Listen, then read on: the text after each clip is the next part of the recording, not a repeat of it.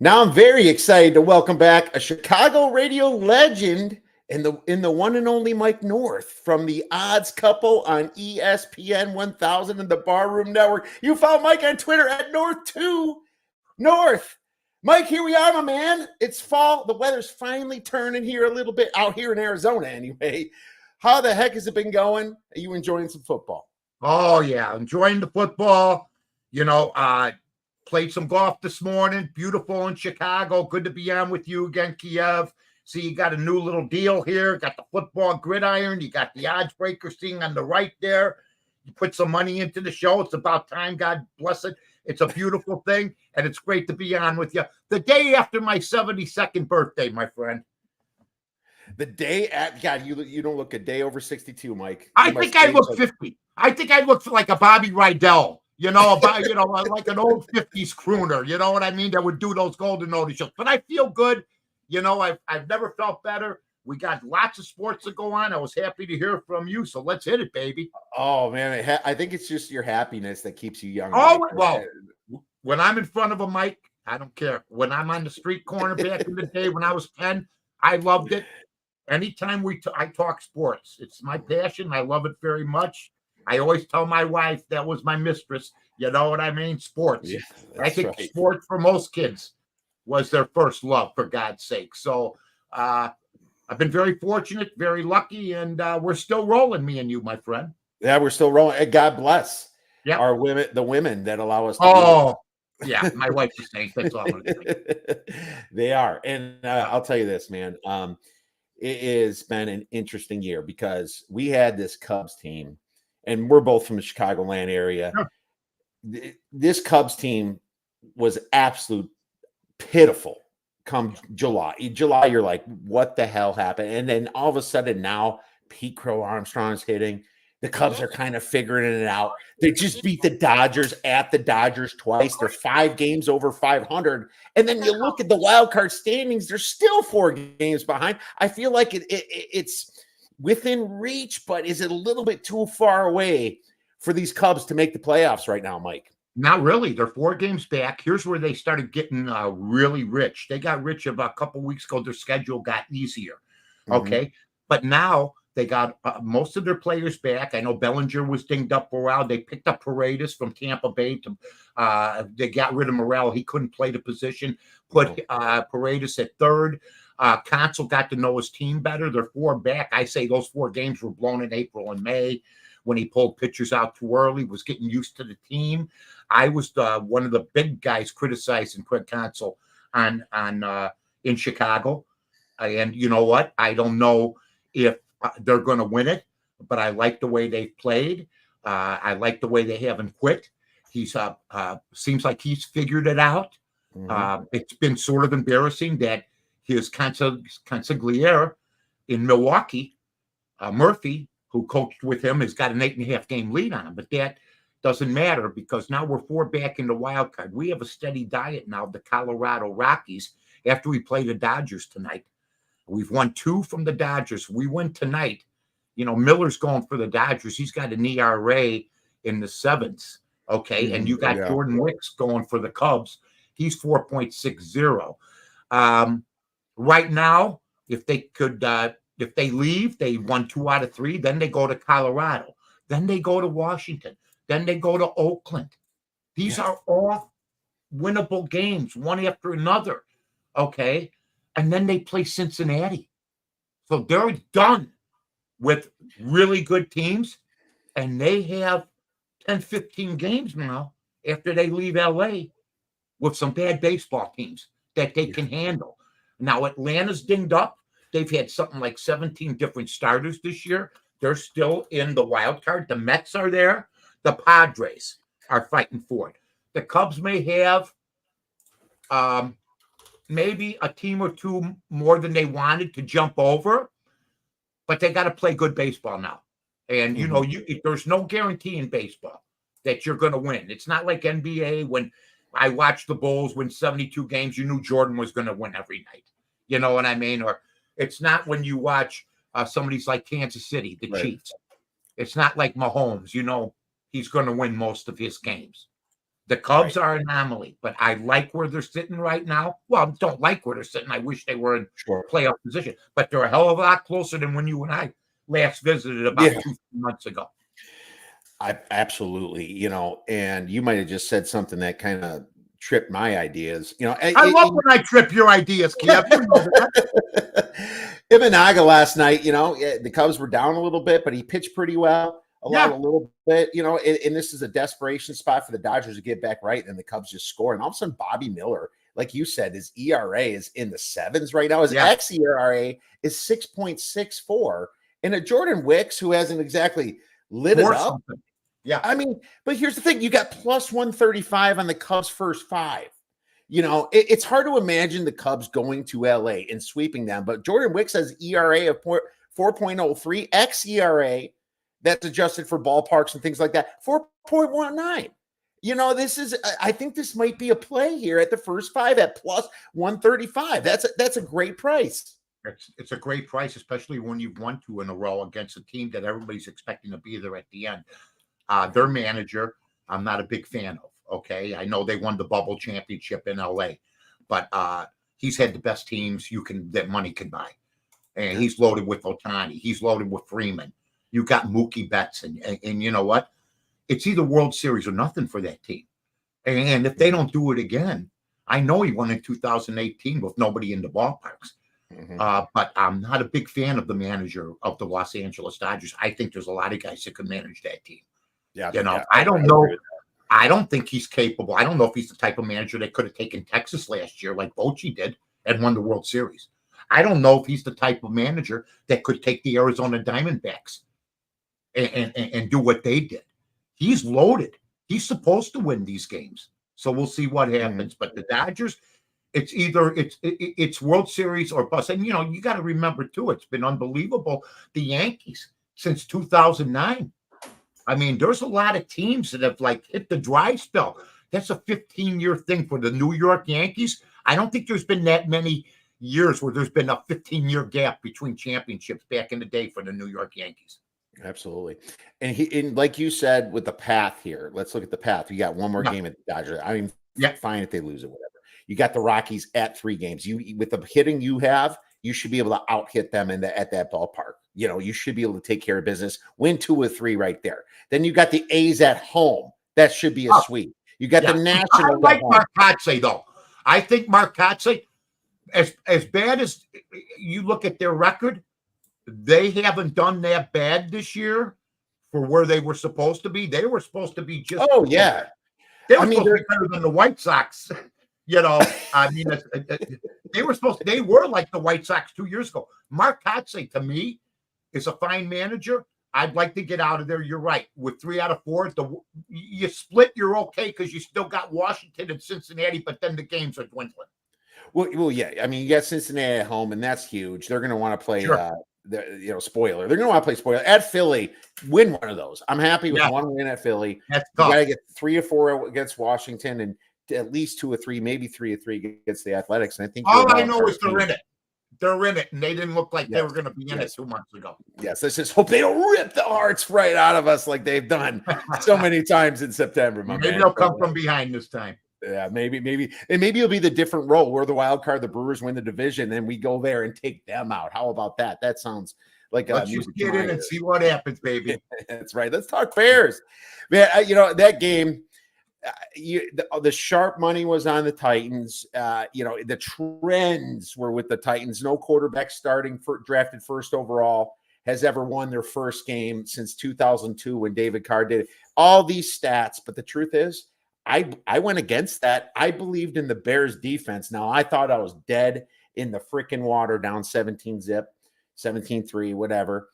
And then all of a sudden the defense kind of comes through, and then you see the stupid mistakes that guys like Will Levis make, and then it was definitely a bad beat for the people betting the Titans. But at the same time, my handicap was talking about the Bears being number 3 in defensive EPA for the last 8 weeks of the season last year. And I just didn't think they would get those turnovers like they did, but they did. And to be honest with you, Will Levis, he made a stupid little throw into the ground before that, and it wasn't called intentional grounding. I was like, how the hell is that not intentional grounding? You know, if you just try to get rid of the ball, and nobody talked about that. They're like, and then he does it again, but it goes right into obviously appears secondary, and we take it all the way in for the touchdown. But what do you think about that game? Can you take anything out of it for anything in the future? Well, we got to win. That I do know, and that's good. We're 1-0. But I here's what I took out of it. Caleb Williams is 50-50, like the other rookie quarterbacks. There's no guarantee. And I saw him play a horrible game. He played a Rex Grossman game. And I'm hearing that he's beat all end all. He's a generational quarterback. Let me tell everybody what generational quarterbacks are. It's not Caleb Williams. Okay? He played in a league that was so bad defensively, they disbanded it. Okay, the Pac-12. They just said, forget about it. And I'm being facetious, but that was a bad defensive league. He practiced every day against the 125th ranked USC defense when he was in college. He comes in with a bag load of money. He can't take a snap under center. Either can Jaden Daniels. I mean, you got guys that are called generational quarterbacks that have to learn in the pros how to take a snap from center. Their running game was okay. I like the way they fought back. It was a horribly played second half by Tennessee. The Bears, for once, were one of the teams that you always hear about why they adjusted halftime. The Bears adjusted. They made their hay on special teams. They made their field goals. They punted well. Then on defense, they took advantage of a quarterback who, trust me, folks, 20, 30 years ago, when the league was a rougher league, when the league treated quarterbacks more shabbily, and when the league had more established quarterbacks, Will Levis wouldn't have gotten off the bench for 3 years as a starting quarterback. They're throwing these guys in. Williams wasn't ready. He played 20, he threw 20 passes in the preseason. Levis will never be ready. I saw enough. I saw sixth grade prep football mistakes, falling down, throwing the ball up in the air. I saw Caleb Williams right here drop a snap on third down. I saw a lot of mistakes. We came out on top. But if you're asking me what everybody's thinking about Caleb Williams, they'll lie to you maybe. I think most people are going, well, here's the thing, too. Fields was better. Fields was better. And now Fields wins in Pittsburgh. You didn't like Fields either. I don't like Fields. I don't like Fields. All right. Wait a minute. Hold on. Let me clear something up. He was 10-29. So I feel like Fields, which makes Fields being better troublesome. But it's only one game, and they all had bad games. Here's the thing, and I am not going to overreact to Williams right now. I think that it sucks to see his backups do so damn good in preseason, though. I think there's a lot of thoughts and Bears fans, but you drafted him. We're just telling you what we saw. Exactly. But here's the thing. I saw something. 95 yards. He threw for 95 yards. I saw something with the game plan with Eberflus and Waldron, who are supposed to be these offensive minds. Well, Waldron is. They're the biggest strength of Tennessee is that what they did in the offseason, getting Xavier Sneed and some of those safeties and corners. And what is the game plan? Make Caleb Williams throw to our receivers against those guys while you have Kmet and Everett, two very capable tight ends there. They hardly went to him. What the hell was that game? The game plan was terrible, in my opinion. I'm like, you seriously are going to go against the best receiver, or some of the best secondaries in the name? That's all Tennessee has, and that's all they needed. They're winning 17-3. The Bears have the ball inside the 15-yard line. They throw 3 passes. They don't run the ball once.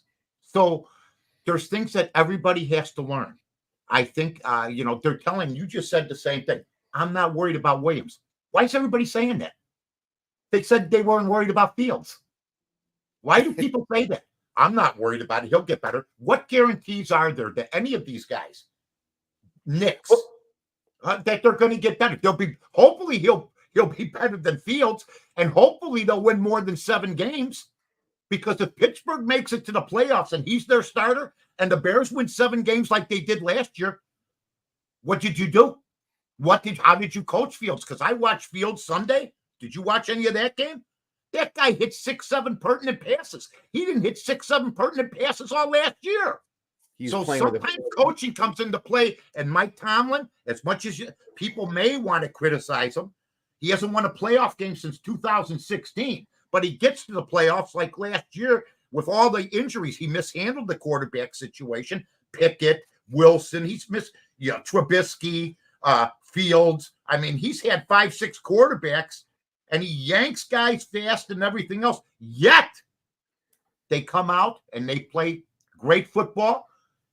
Fields hits big plays, and he looked like the guy I wanted him to look like with us for 2 years. It's just like I said, we don't know if Fields is completely bad yet because his coaches have been so shitty.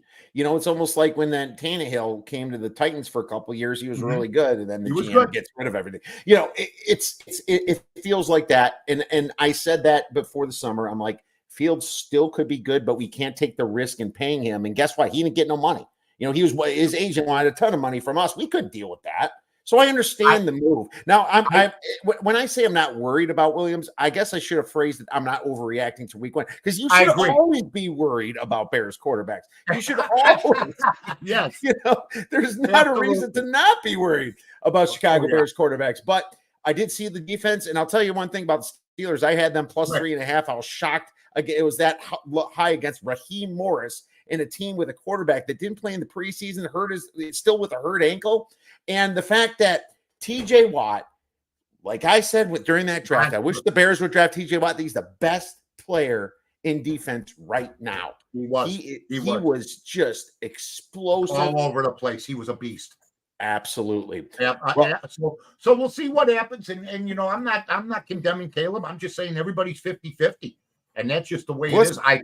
I do know what I saw a difference in football from the last few years. The running game is back for all these teams. It's 170 yards here, 176 yards there. Harbaugh running the football. There were like 12, 14 teams that ran for 130, 140 yards because these teams don't practice that much in pads anymore. They don't practice their tackling. And the best way, especially with young quarterbacks, is to run the football more. That's why I'm surprised. You're right that they didn't do that more with the Bears and run the ball a little bit more. And they had Williams go up against a pretty good defensive secondary. Absolutely. Well, I agree too. I love seeing the running game being brought up. That's coming back. Walter Payton, absolutely. So let's go to underachievers last week and overachieved. Like, what's real or fugazi? You could say. I got that from our good guys on VSiN there, Mitch and Paulie. So I miss them in the mornings. Oh God, I can't listen to the morning show. Right, we'll get into that. I'm just saying, I miss them in the morning. I know it's early for you. I do. I miss them in the mornings because that's where I listen to my walks. I waited till the podcast came out, but I had the time here in the Pacific time. Yeah. What I want to say that overachieved. I still think the Vikings overachieved. Now they played a terrible freaking Giants team, terribly coached Giants team. Wow, defense can't even play. But I'm going to say that they overachieved from what they really are. Sam Darnold, there's a reason why he's gone. And now he's got the revenge game with Kyle Shanahan, the Sam Darnold revenge game. Call whatever you want. That's for us in the media to make up things, revenge, whatever. But, at the same time, he should have a reason to want to try to beat them. It's only a 6-point spread. I believe that's a little bit low because that. And I also think that the Saints beating Carolina, the way that they manhandled them, that's not how Derek Carr really is. I think he comes back to earth. So I think those two overachieve, Mike. Well, I'll tell you right now, I don't think that you're wrong. I will say this: Sam Darnold finally got on a football team where he's got a stud receiver in Justin Jefferson. I was happy for Sam Darnold, but there's a reason he's on his fourth team. So I'm with you 100% on that.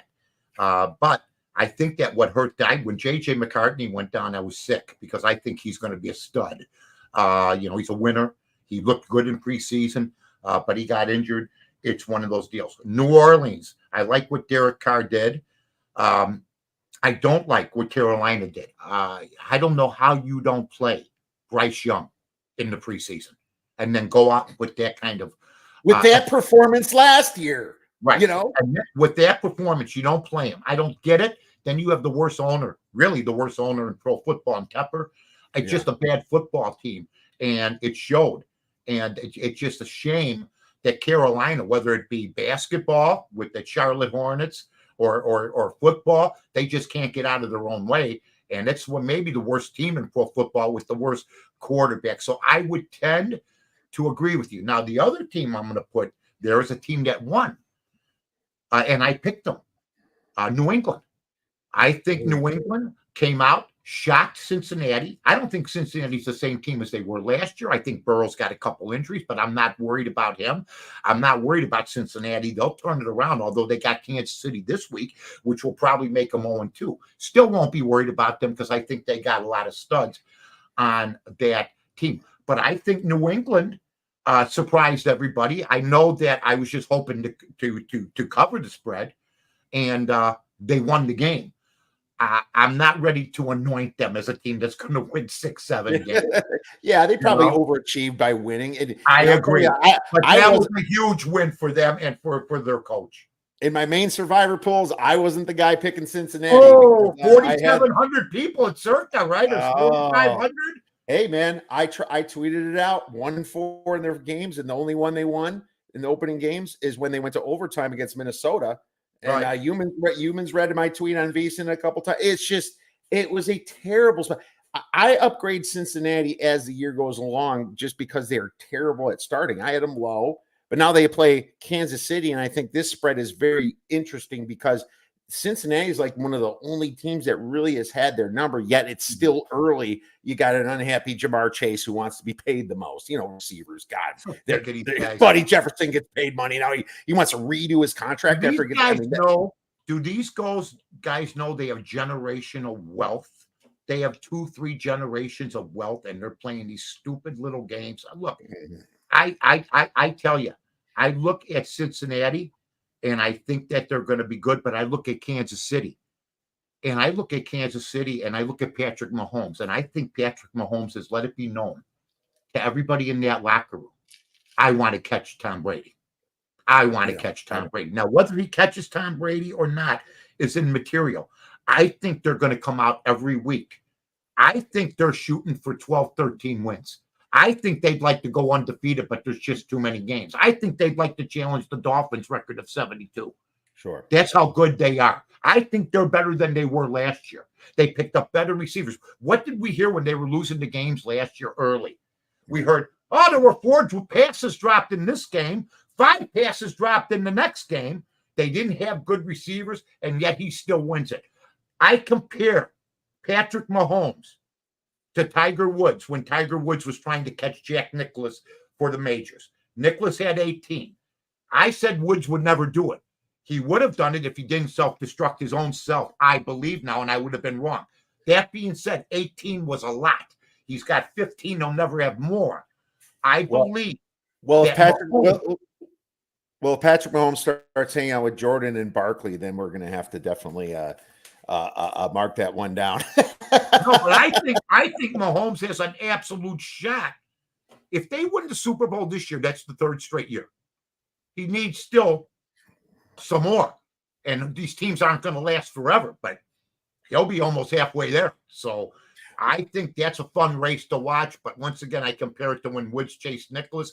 The only way to be greater than Tom Brady or Nicklaus is to win more majors or win more Super Bowls. Well, the NFL loves themselves some Chiefs right now, and it's served. Oh my God! They held a lot more quote unquote fans. I don't know if they're lasting fans, but they're fans as of right now. Let's talk some NFL then, my man. We got some big games coming up. We got the Miami Dolphins. We're starting out right there. The line on DK -2.5. Total is down to 48.5. It was just 49 a couple minutes ago. What do you think about this game on Thursday night, Mikey? Miami, who are they playing? Buffalo at Miami, -2.5 division game. I think Josh Allen's going to win more than 11 games. I think Josh Allen, I think people throw him under the bus. I don't know. He had Stephon Diggs last year who did very, very well, but was a cancer in the clubhouse. He's a cancer in everybody's clubhouse. And then I heard Josh Allen go, we got better during the offseason after they peddled him, after they got rid of Stephon Diggs. So there were some definite issues in the locker room. I don't think that Buffalo's got a lot of household names. I think McDermott's a pretty good coach, but you got a study quarterback. And if it wasn't for Mahomes, he'd be the big name. No different than when Jordan was playing. If it wasn't for Michael Jordan, it would have been Karl Malone or Clyde Drexler. Okay. So I think that the Buffalo Bills got a generational quarterback. There's only a problem. They got an all-century quarterback that they have to compete with Patrick Mahomes. I love Buffalo. Although Miami came back nice in that football game against Jacksonville. You didn't like that, huh? Yeah. Jacksonville was my underachiever. Think I had 3 in the hook, but I'll tell you right now, that game was over. And they're my underachiever. They crap all over themselves. ETN fumbles at the goal line to go up 2 or 3 touchdowns. And then their cornerback gets hurt, and boom, to Tyreek Hill. 14-point swing at the end towards the game. Towards the end of the game. That was my Miami. I'm not big on Miami. They gave Lawrence too much money. They didn't have to pay him that much. They gave him too much money. One of the league leaders last year, he was like tied with Fields in fumbles, turnovers. So that was puzzling. They overextended themselves. They lose their first game. I think that Miami showed resiliency. I was on the other end. I had -3.5. I did lose that by half a hook, but I was in the football game when I didn't think I was going to be in the football game. I ended up going 3-1, and that was my loss last week. But McDaniel's a good coach. I mean, I don't have a problem with him. He's a little cocky, a little arrogant. I don't know if Tua's going to give you the same brand every week that he gives you. I'm not sold on him. But that being said, they won their first game, and they won it at home, and it was a tough road game for Jacksonville to lose. Yeah. It was. I'm on my game today, Keith. You're just enthralled. Come on. I love it when you're on your game, Mike. That's what I'm on my game. I actually studied. I did homework and everything. I'm reading off schedules. I never used to do that. I used to come on and go turn the thing. Let's go to work. You're so good at improvisation too, my man. But hey, I mean, I have Miami as a 1-point favorite, maybe 1.75. I think if you want to get real technical. Who are you going to go with? I would pick Buffalo. I hope it gets the 3. I hope it gets the 3. I don't think it will, but I think it's going to pressure. You might get a 3 -120. My deal is if you're playing, you got Josh Allen, you're going against. He's all the difference in the world. I think Mahomes and him, if those guys get hurt, the line just goes the other way. I mean, you see where Green Bay's line hasn't really changed with Jordan Love being hurt. Yeah. Which is weird because I like Jordan Love. No, Green Bay was a 5-point favorite look ahead. And then with Love now gone, they're a +3 dog. So it did change from the look ahead. But it's not that much. Now the Packers are +3 -118. I'm going to tell you this. We'll get to this game. But I have something for you in this game. I love when you got something for me. I'll wait till we get to this game.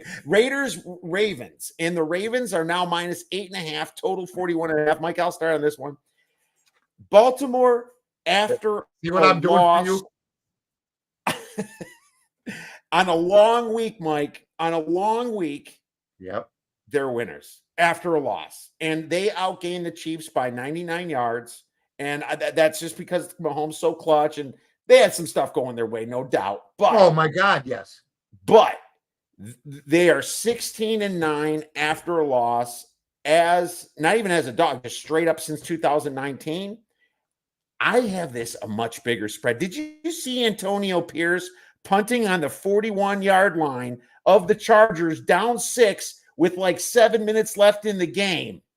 That was some serious boneheaded Charger stuff we used to see when Stanley was the coach there, man. I mean, I was blown it blows my mind that these guys are paid millions of dollars. We're fans, we're sports bettors, and we watch the game and we're yelling at the screen, telling him his mistake. Down 12, game over.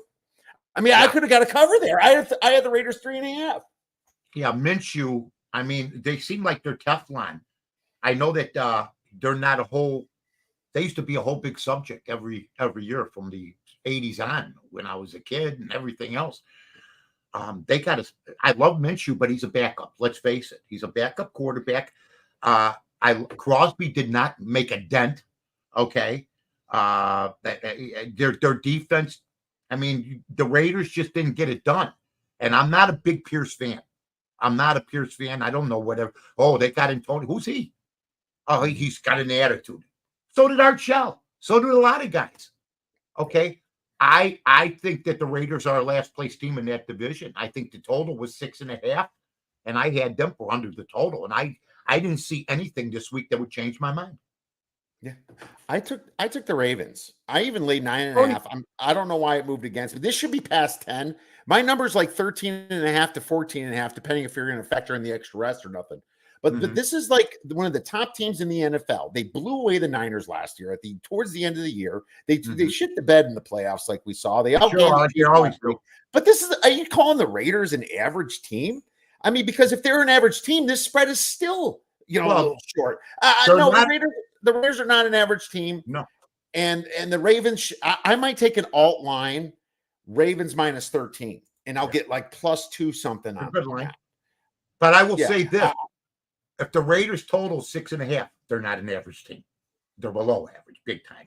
That's what Vegas expects them to do. 5, 6, 7 wins, period. Exactly. So we're on. They're nobody. They're nobody. They're not going to be a factor, especially in that division. I don't believe. I mean, I love the Chargers, and I love Jimmy.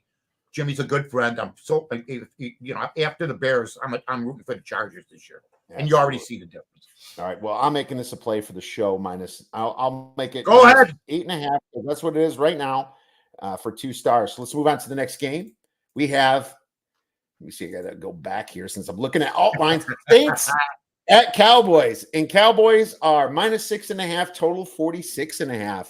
This is a real interesting game. After watching the Saints' performance last week, Mike, have you any thoughts on this one? Yeah, I like the Dallas Cowboys, and I'll tell you why. I like Dallas. Not saying that New Orleans can't cover. Maybe a money line play, but that can be expensive. I really appreciate Mike McCarthy, and I might be the only guy in America that says that. He won 12 games last year, won 12 games the year before with a quarterback that is like Lamar Jackson, can't win the big games. They finally gave the quarterback $200 and some million, whatever he signed for. It's just astronomical. The highest paid quarterback in football for absolutely doing nothing so far in his career to get them close to the Super Bowl. So when I hear people down McCarthy, I go, you won 12 a year with Dak Prescott? And then you see what he does. It's not McCarthy's fault. And they're going to win. They were 9.5 Dallas this year. And I looked at that. I go, they really don't like McCarthy in Vegas. Mike McCarthy's got 1 Super Bowl win, just like John Harbaugh. How come Harbaugh's been twice to the Super Bowl. He's won 1, if I'm mistaken, right? If I'm not mistaken. Yeah, McCarthy? McCarthy's won 1. Harbaugh, John Harbaugh has won 1 Super Bowl. John Harbaugh has won 1, correct. Okay, let me tell you something. How come he don't take any heat? How come Harbaugh don't take the heat McCarthy takes? Because Baltimore does the same thing every year that Dallas does now. They get into the playoffs and they lose, right? Yep. They lose all the time. And yet McCarthy's like a whipping boy when he's got a lunatic. I love Jerry Jones, but he's got a general manager. Although the general manager's the owner and he throws money at these guys, he wants to win. But I think Mike McCarthy isn't appreciated. Aaron Rodgers has won Super Bowl. Who do you win it with? Mike McCarthy. Yeah, correct. Big time. All the blame went on McCarthy. So I like Dallas. My number's past 6.5. It's 7.5. It's not huge. I like going against teams that overachieved the week before. They're all fat and happy because they beat up Carolina. Big freaking deal. They gave him a beating though. Yeah, they gave him a beat and deservedly so. Exactly. Now you're playing a defense that's actually going to get to Carr. The truth about the points, you're right. There could be a backdoor cover at any point in this game. Right. Here's the thing. You don't need to tease 6-point things because you can take the Cowboys instead of -6.5, you take a -285 on the money line, which is kind of like the teaser anyway, because you got to win. And then you take them with like the Chiefs, who is -225. You are at even money just about. Yeah, -105. Much better price than a teaser. I'll give you one. I've done this a couple times. I call it the double-double. Okay? I'm introducing it to all of America, ladies and gentlemen, on the Odds Breakers. You basically take the Dallas Cowboys on the money line, okay? put your money, put your 100 down. Now you lose 280 or 285 if you don't win it. But if you win it, you put your 100 down. You put the 100 on the opponent and hope they lose by 4. You win both ends. Period. End of story. I think this is a both end win, maybe. I think this is a win where you can cover the game, but Dallas will win it. Period. Absolutely. And I'm considering Dallas as a play for a contest, but we'll see where that number sits. And even though my number's 7.5, I can always play it in a contest when these lines are stale because I put my bets in nice and early.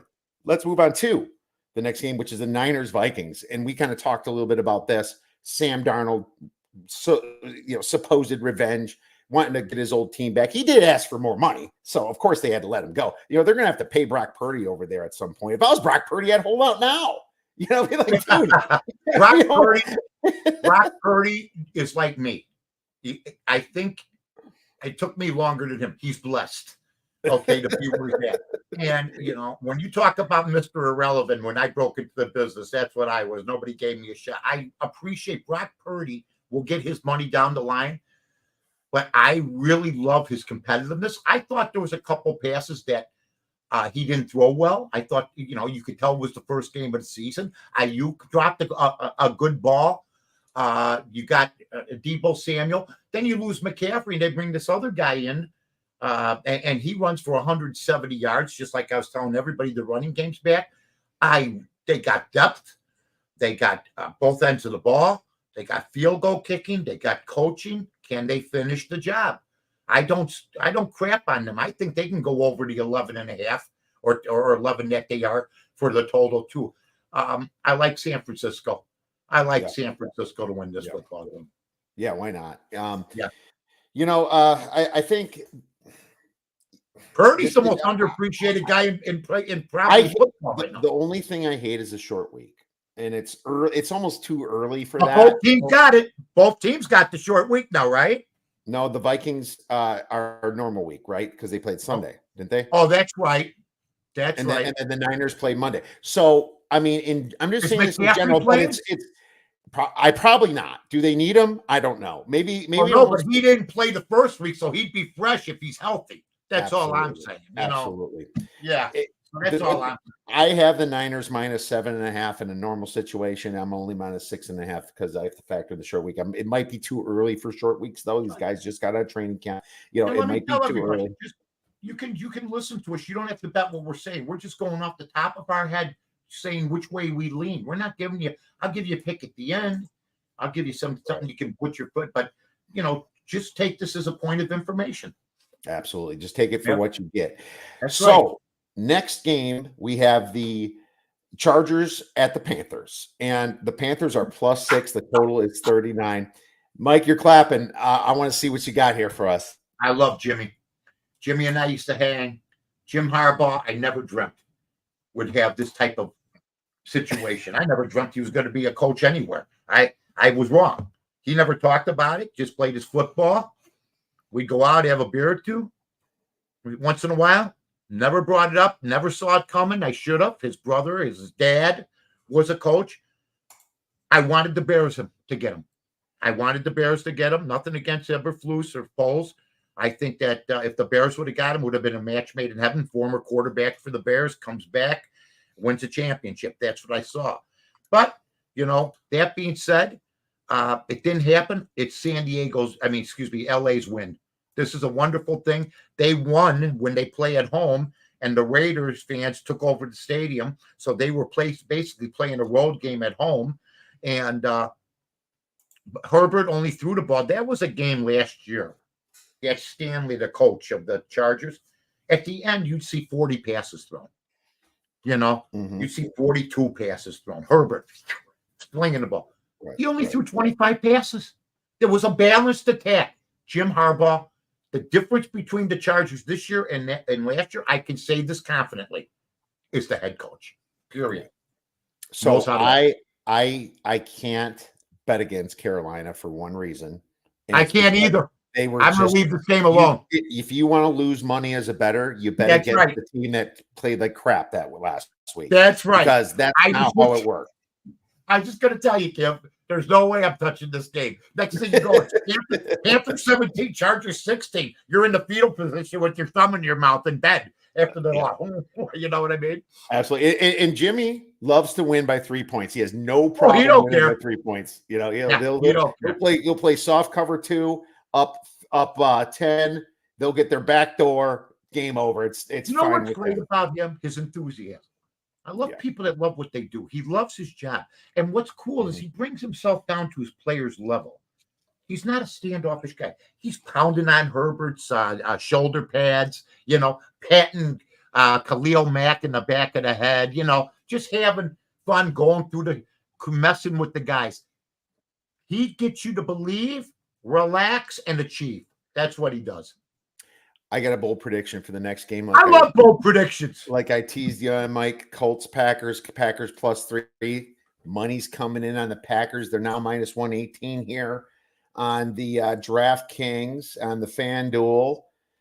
Packers, trying to find it. -120 +3. This was +100. This was 3.5 a little while ago. But you know what? Jordan Love might play this game. Yeah, how about that? I thought the guy was going to be in traction. You know, his leg was going to be up in the air, and you know, the guy's hanging in the hospital bed. People are coming to see him. No, it was a sprain. Right, it was a sprain.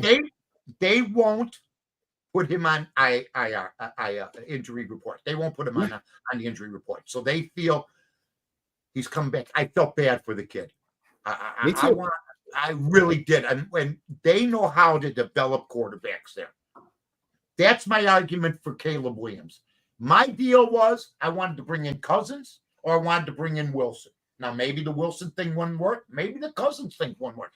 But I wanted Caleb Williams to watch for a year or two and then do what Love did. But when you're the number 1 pick now, like Tom Brady said, they put these rookies in too fast. They're not ready to play. But that's the hand that they've been dealt. They've dummied down the game in college, and now they've dummied it down in the pros. This is not the same quarterback. I want a quarterback that throws from the pocket. I want a quarterback that rifles the ball. I will say this about Aaron Rodgers. He might be a little older now. I saw, and I'm not going to put him to sleep yet. I saw some passes from him that reminded me of him 5 years ago in that game. It just didn't work out. Right. I am saying I'm going to give this play out at +3 first, 1.5 stars, and I'm getting it out. Wow. And I'm telling you this. Here's what LaFleur said on Wednesday today. Love does not need practice reps in order to play, adding, I'd say it's pretty open for the quarterback to suit up Sunday against the Colts. Wow. I mean, either that or he's trying to he's teasing, maybe so, but it's almost a little bit early in the season for tomfoolery. I think he's serious. I love tomfoolery. He's a good guy. He's a great guy. And watch this line shoot up to Packers -3 and everybody else picking their nose thinking, why didn't I listen to Kiev? Why didn't I listen to Mike on this show? That could happen, my man. I just think that LaFleur's a hell of a coach, and people were panning him a year or two ago. I just think the guy knows how to coach the game. Absolutely. He would have made Malik Willis too, probably pretty dinky and dunky, and they would have just ran the ball down the Colts' throat, just like the Texans did last week. Yeah. I mean, it's Packers for sure. This is going to be a play for the show. So next game, we have Seattle at the Patriots. Patriots +3.5, -115, pretty low total of 37.5. So all I have to say, Mike, is normally I would fade the Patriots in this situation. But the truth is that, you know, they did show some signs of life. And Seattle, I'm glad I pushed with Denver, but Denver had them the whole game. I'm not sure if Seattle's ready to go on the road and cover 3 points against anybody yet. I'm not 100% sold on Geno. I know he's done enough to be like a borderline starter. But the Patriots with the hook at home in Foxborough, when they play the slow game, Ramondre Stevenson's running the ball well, and they also have a ref that tends to like the dog, and I think it's let me pull it up. Likes the home team, Carl Cheffers. Cheffers like 57. I love it. They got the referee. They got the ref. So there's no way I can normally I would like to, but not in this situation. I'm passing. I'll tell you what. I don't know if I'll do anything in this game. I like Seattle. I think Brissett's somewhat like Geno Smith. I think it will be a good game, but I think I'll take Seattle. I think that it's going to be tough for New England to match what they did last week. I mean, that's a huge upset that nobody hardly even talked about. You pan the damn team all year. You say they're going to suck, and then they beat Joe Burrow, and there's like nothing, not even a whisper. I think that's one of the most impressive wins of the week, and hardly anybody talked about it. It was the most impressive win of the week, and that's when you fade them normally, but I can't. It's 3.5. You either stay with Seattle, in my opinion, or don't bet it. Yeah, if it wasn't Cheffers, I might be like, all right, how about this? You with the refs. Listen to you with the refs. You treat the refs like I used to look at some of my nuns at school. We got Sister Mary. I'm just trying to find an edge, Mike. I'm just trying to make money. I'm just trying to find an edge. I get you.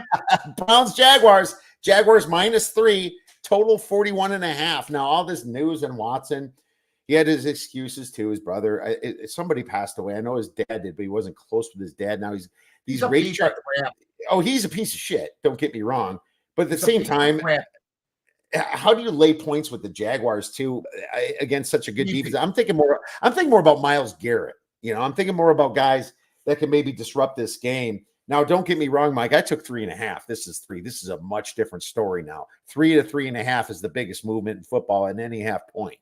For sure. Yeah. Everybody will tell you that. But, I mean, I'll lean the Browns just based on the fact that this could be a 2-point game. And the Browns were embarrassed last week. The Jaguars were embarrassed too, but that's what they do. I can't trust the Jaguars past a 3 in any situation. Maybe if they're playing Carolina, that's about it. What are your thoughts? Yeah, I'm not high in the Browns. It's the stupidest contract ever given in football. It was given to Deshaun Watson at $240 million guaranteed. You have to be a complete, utter moron to take a criminal, an arch criminal, and then put him on your team, have him run your club, give him more money than the rest of the team combined, and then expect them to follow him, and he can't play anymore. Now, I had told Carmen DeFalco, who is my host, I told him during the preseason, he's my host on ESPN. We work together, have a great time. I said, you know what? There's something going on with Watson. I said, I don't know. And I said this 2 weeks ago. I could bring back the tape. I don't know. I think people are still hitting him up for money. I think there's still a lot of nonsense that's going on. We don't have any definitive deal. There's still. And then what do I see this week? A 2020 now situation where somebody's accusing him of being sexually inappropriate. Here we go again. And you're starting the season with a guy making more money than anybody in the game. The guy basically should probably be in jail for if they did everything he says he did. Right. And then he paid all this money out. Cleveland gave it to him so he could settle out of court, and then there's more people coming. I think it's a bad situation. I like Jacksonville. Here's another thing going in Jacksonville's favor. Conklin and Wills, they're 2 tackles. They're starting tackles. Did not practice. Wills did not practice today. Limited for Conklin, which could mean he's still out. A lot of these guys are limited. I mean, those are two. Those are like Lawrence gets panicky. Lawrence gets panicky sometimes, and Cleveland. Yeah, but Cleveland won't be the side if these tackles. No, they won't have. They won't have that's the problem. No. So I understand that. I understand it. I just can't lay points with Jacksonville until they prove they can't puke all over themselves. But you got a guy, your leader, your quarterback. You know what they talk about during practice? The rest of these players, or in the locker room, is he gonna play this week? Because they're starting to ask Goodell if he's going to be on the disciplinary list. I'd be better off with him not playing, maybe. Though, I agree. I can't believe I wanted him for the Bears. I didn't want Mitch at the time, Trubisky. I wanted him for the Bears. They didn't even interview him. And I always was puzzled by that. And now you're seeing this whole thing blow up.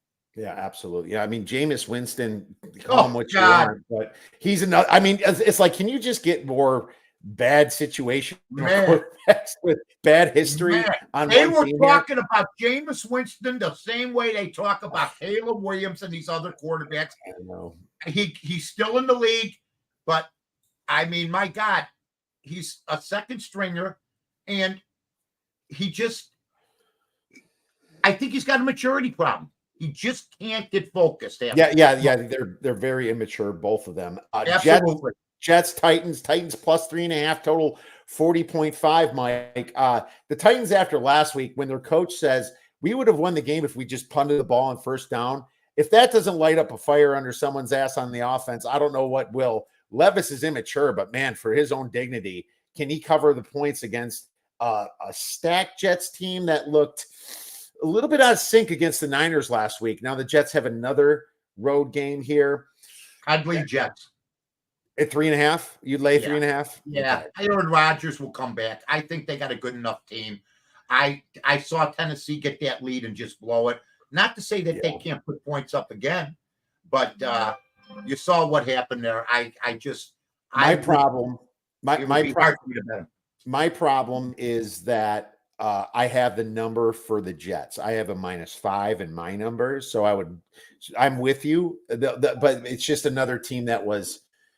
Well, both teams were pretty embarrassed. I'm hoping it gets down to 3. Get it down to 3, and we'll play the Jets together, my friend. I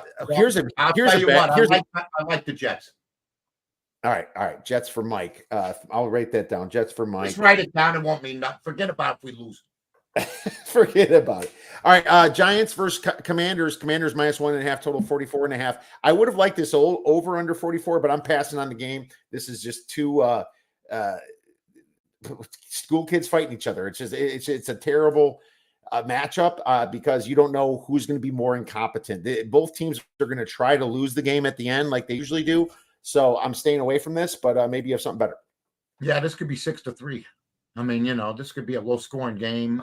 It could be 35-35 too with these guys. You don't know. Yeah, they have no defense. Daboll has been a disappointment from the first year when they had the easy schedule.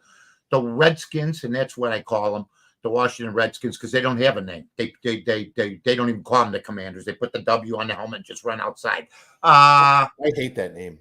It's a terrible name. The Redskins should be back. 140 tribes want it back, but it's what the media thinks is important. Yeah, but that being said, you're right. This is a stay away game. The Giants and the Redskins. It's a dog woof woof game. Woof woof. All right, let's move on to the Rams Cardinals. We're rattling them off. We're like the Rolodex. Look at my. I used to dance, man. I used to go. Okay.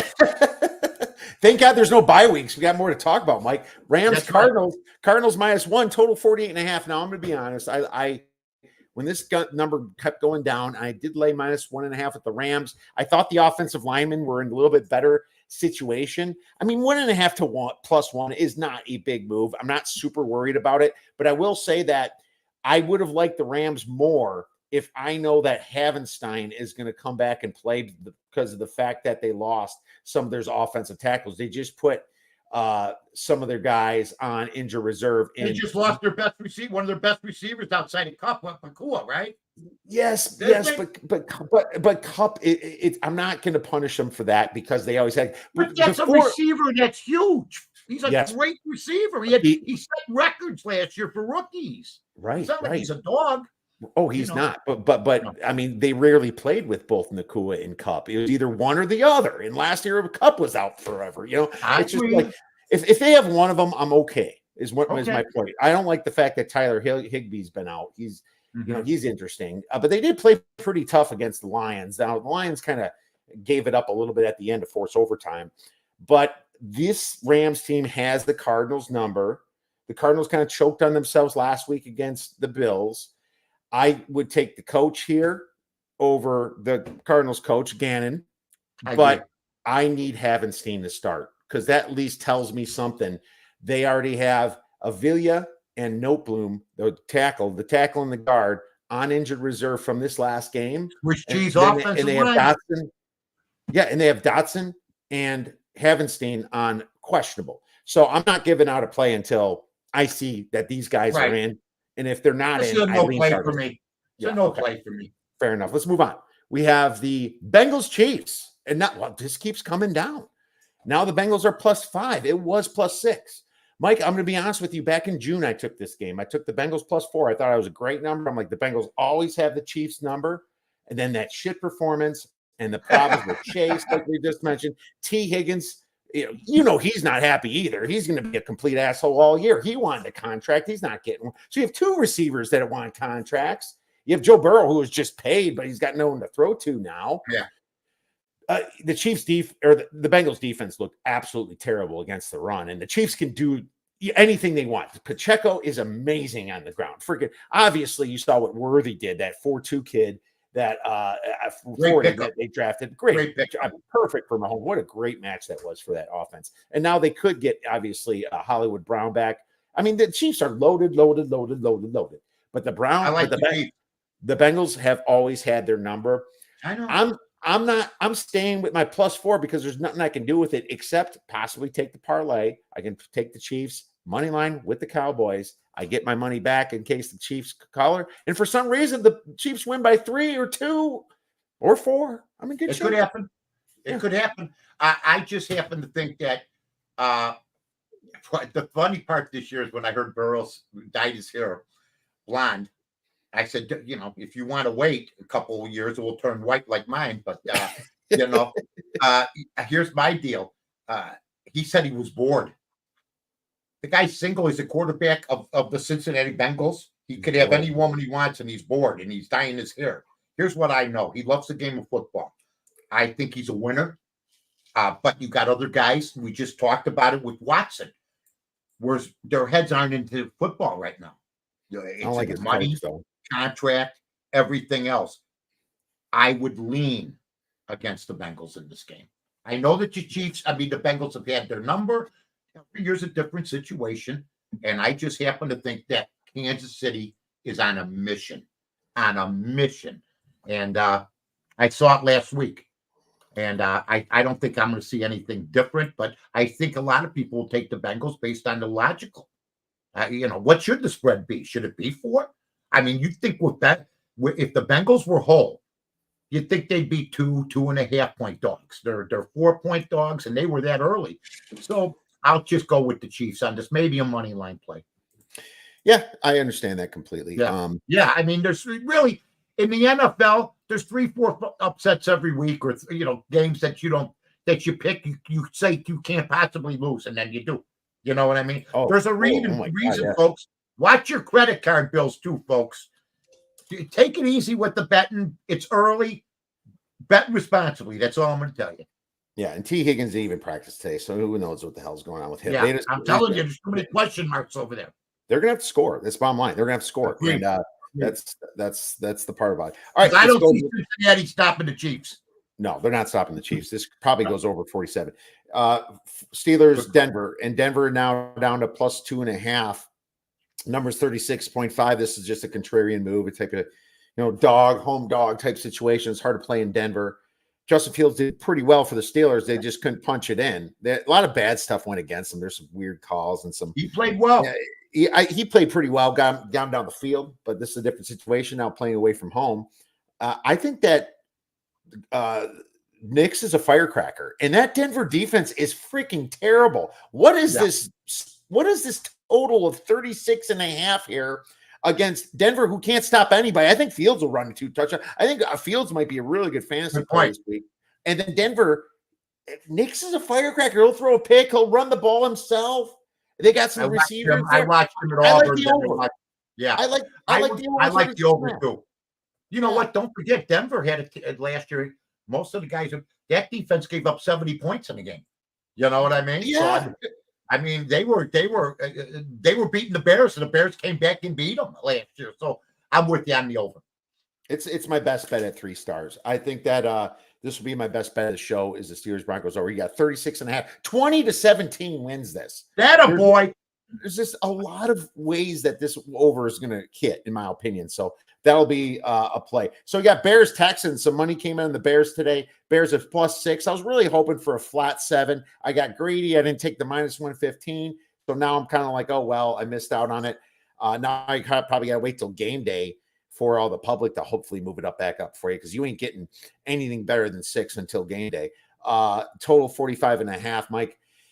It's like we said about the Bears, but the Texans all hype. But I'll tell you this, the Colts moved the ball against the Texans pretty well. And now the Texans kind of come out feeling good about this game. The Bears not feeling good about their offense, but they're going against a secondary that's definitely not as good as the Titans secondary. I think the Houston's got a good front, but their secondary's got a problem. The Bears defense might be still underrated. I'm going to lean the Bears, but I'm not taking them right now at 6. It's tough because their quarterback, the Bears quarterback's green, but you're right about the defense of the other team. And you want to take the Bears. You think they're better, and I think they're better. I look at the total of the Houston Texans this year for a season, 9.5. That's odd. They won 10 last year. Why would they digress with the total? And it's not like it's a big digression. It's a half game less, but you'd think that the total might be 10 again. With everybody they signed. Yeah. Yeah, they signed some big players. Were they a flash in the pan? They won that game last week. I like the Bears. I'm going to take the Bears. Their quick defense, their special teams. And Williams, here's the one thing I like that Williams didn't do. He didn't throw interceptions. The same thing happened with Fields in Pittsburgh. They didn't throw it in other people's hands. Play a clean game. Let the defense and special teams do what they did. Maybe you cash in on a couple scores. I'm going to go with the Bears on this. And I'm a Bear fan. But as a kid, I was a broke Bear fan because I would bet the Bears all the time. You know, I got the Bears against the Packers getting 10. They'd lose by 40. I got the Bears against the Oilers with Dan Pastorini against them. They'd lose 47-0. You know, stuff like that. Oh, my, amen to that, man. I think we all lost money on the Bears. I remember there was a game against the Chiefs. I bet them 6. I bet them against the Chiefs. They played Kansas City. I go, I like this. They lost 64-21. My God, they got mangled. Well, I've bet against the Bears a lot more recently in my life, and probably made a lot more money than I did. Oh yeah. Let's go Falcons Eagles to finish it out. Monday Night Football. The incompetent Falcons from last week are playing the Eagles, and the Eagles are -6.5. Pretty big spread, but it's the Eagles. Total 47. Mike, what do you got? I'd have to lean the Eagles, and I'm very disappointed because I took the over for wins with Atlanta this year at 9.5. So, I mean, that first game was not good. I mean, anybody that took Green Bay for the total this year, or Cincinnati, who lost last week, or Atlanta, it's only one game. But you don't like to start off that way. I can't believe I'm saying this. They're going to have to get hot after this week. I think they lose again. I'm going to probably find a prop in this game. The Eagles are another team that's fine with winning 3. They completely kill the clock with the tush push, going for 4th and 1s the whole end of the game. That's just how they kind of do things. So the truth is that the Eagles are a very dangerous favorite over 3, in my opinion. The Falcons, they look so bad last week. It's just another one of my rules. I can't go against it. But the truth is, my number is about 6.75 anyway. If you factor in the extra rest, maybe you get to 7.5 or something. But the truth is, I'm staying away from a side in this game. The total at 47, probably lean over now. But the Eagles secondary looked terrible against the Packers, but it's also the first game. You see a Vic Fangio, who is a guy I trust a little bit more than others, cleans that defense up a little bit, and that could happen. So I'm going to learn a little bit in this game. This is going to be a learning experience for me, Mike. All right, baby. I like that. We'll keep it at that. So beer bet bangers, man. Any long shots that you like, or season win totals, or anything that you've noticed after week 1 here that might be some beer money? I would probably if you can buy the Chargers at over 8.5. That was the total. That they played one game, they won. I'm sure it's going to be different now. There's going to be juice and stuff like that.